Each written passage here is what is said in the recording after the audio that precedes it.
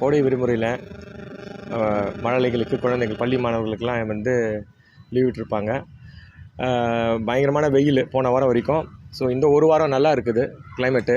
So அந்த குழந்தைங்களை motivate பண்ணுற விதத்தில் நாங்கள் வந்து 80s கிட்ஸும் 2000 கிட்ஸும் ஒரு மேட்ச் இன்றைக்கி 2020 மேட்ச் ஒன்று நடத்திட்டுருக்கோம் இங்கே பல்மேரியாவில்.